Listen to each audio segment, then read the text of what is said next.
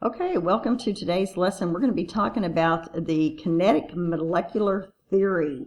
And this was something that back in the late 19th century, scientists developed this theory, again called the kinetic molecular theory of matter. It's abbreviated KMT so that you don't have to write it all the way out. And what this does is it accounts for the behavior of the atom and molecules that make up matter.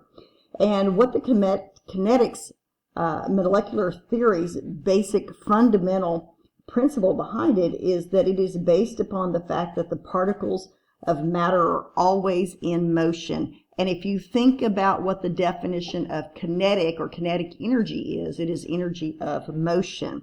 And so that is what we are going to record here as our definition. Again, fundamental idea behind the kinetic molecular theory is that it is based on the ideal that particles of matter are always in motion. And this theory can be used to describe properties of solid, liquids, and gases in terms of the energy of the particles and the forces that act between them. And so we're going to be looking at in this chapter what happens when we add energy to the particles of matter. What does it do to the forces between the molecules? Okay, our next up is what is an ideal gas.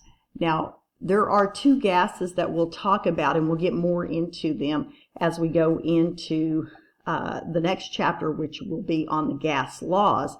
But ideal gases, again, are not, quote, real gases. Real gases, when we talk about those are the gases that we actually have and the properties that they have on there. So when we're looking at real gas or ideal gases, those are hypothetical gases that are perfectly fit, and they fit a set of assumptions that we're going to talk about here in just a minute. So let's get this recorded. An ideal gas is a hypothetical gas that perfectly fits all the assumptions of the kinetic molecular theory. So pause and get that down. Okay, so our first assumption is that gases, the ideal gases consist of large numbers of tiny particles that are far apart relative to their size. Now, these particles, usually molecules or atoms, or typically occupy a volume that's about 1,000 times greater than the volume occupied by an equal number of particles in the liquid or solid state. So again, the volume we're talking about here is about 1,000 times the volume of that those same particles, as we're talking about, would occupy if they were a liquid or a solid. So very, very far apart. Therefore, the molecules are further apart than the molecules of the liquid or solid. And again, we're going to talk about that within our next few words that we have here.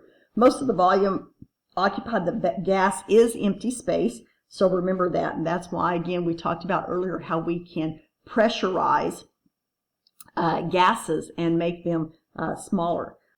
So don't forget that.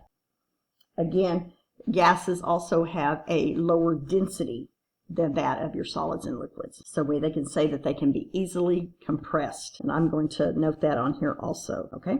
So if you need to, pause that. I'm going to go on to number 2. Okay, so assumption 2 is that collisions between gas particles and another gas particle, or between gas particles and the container walls, we say are elastic collisions.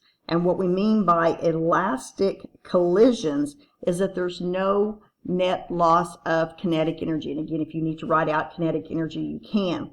So again, we know, or should know, in fact, that that's false, because as soon as our particles start bumping against each other, we're going to have heat, friction, so forth, and we're going to lose energy, which is going to be one of the things that's different between a real gas and these ideal gas.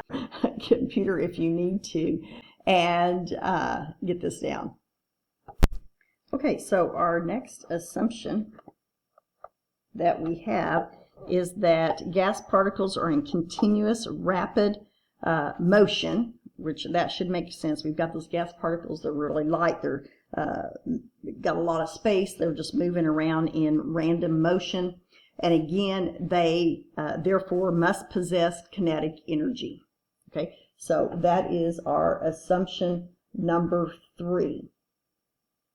So again, pause and be sure you have this noted.